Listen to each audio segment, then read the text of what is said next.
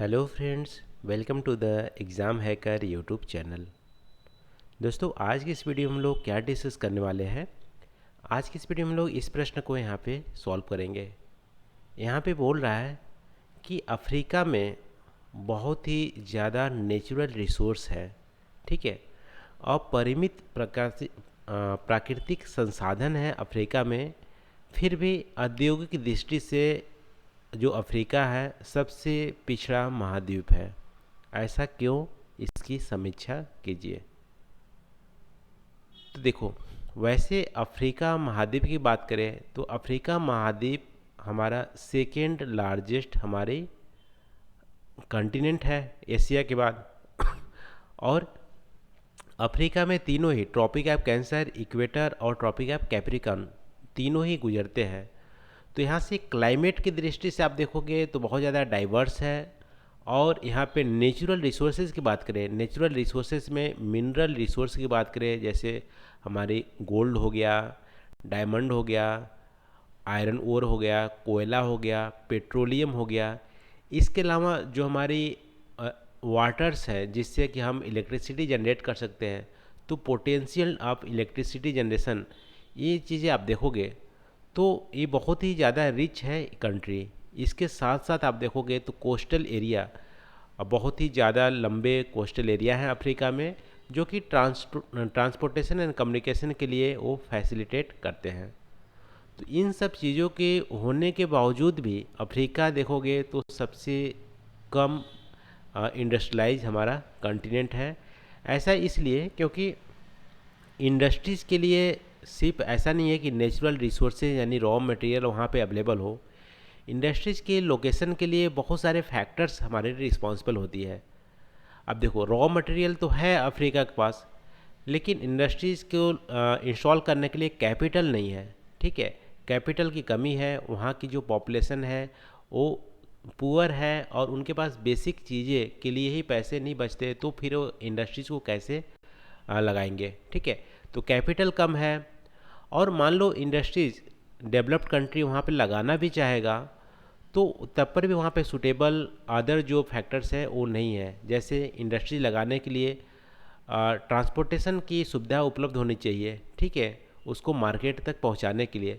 लेकिन अफ्रीका में रोड की डेंसिटी आप देखोगे, रेलवेज़ की डेंसिटी देखोगे, अदर कनेक्टिविटी, एयर की कनेक्टिविटी देखोगे, तो सबसे कम वहाँ पे ट्रांसपोर्टेशन सिस्टम आपको देखने को मिलेंगे अफ्रीका में। और इसके अलावा जो अफ्रीका में मान लो इंडस्ट्री लगा भी दिए जाते हैं तो मार्केट अवेलेबल नहीं है। अफ्रीका में लोग इतने ज़्यादा पुअर हैं कि वो अच्छी क्वालिटी या ज़्यादा प्राइस वाले जो प्रोडक्ट हैं वो वहाँ पे बिकेंगे नहीं। तो इंडस्ट्रीज़ के लिए मार्केट भी वहाँ पे नहीं है। इंडस्ट्रीज़ के लिए ट्रांसपोर्टेशन जो कम्युनिकेशन सुविधा होती है वो भी नहीं है अफ्रीका में, मतलब फेवरेबल नहीं है बट फेवरेबल नहीं है। और इसके अलावा आप देखोगे तो इलेक्ट्रिसिटी जो मेजर इनपुट है इंडस्ट्रियल एरिया के लिए, इलेक्ट्रिसिटी की भी कमी देखने मिल रही है अफ्रीका में।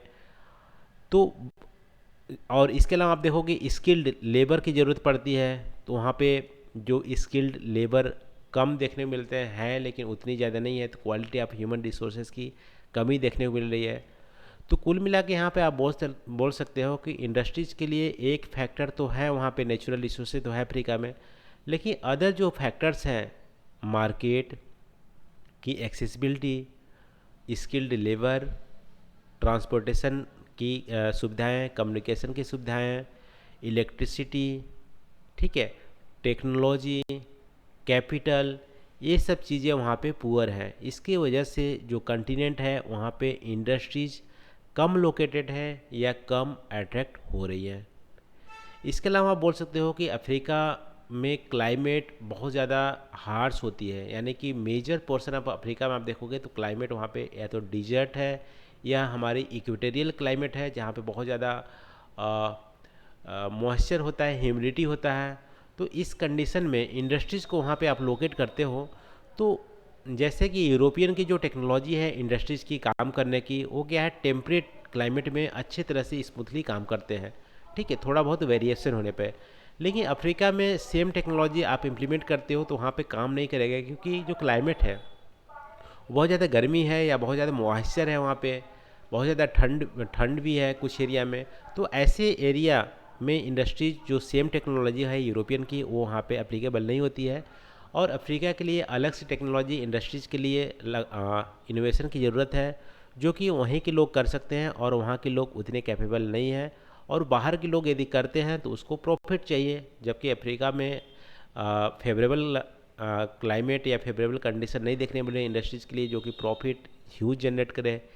तो इन सब कारणों से आप देखोगे अफ्रीका में इंडस्ट्रीज़ कम लोकेटेड हैं और सबसे कम लिस्ट हमारा इंडस्ट्रियलाइज है।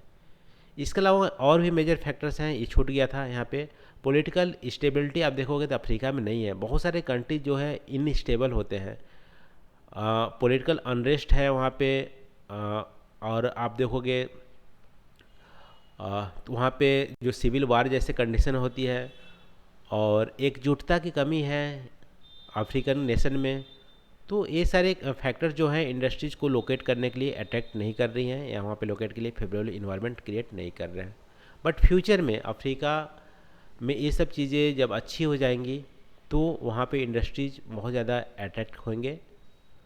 तो अभी फ़िलहाल हमारा लिस्ट इंडस्ट्रियलाइज हमारा कंटिनेंट है अफ्रीका, इसके लिए रीजन्स हम लोग यहाँ पे देख लिए। तो आज की इस वीडियो में बस इतना ही दोस्तों, थैंक यू फॉर वॉचिंग। मिलते हैं अगले वीडियो में नए टॉपिक के साथ। Thank you.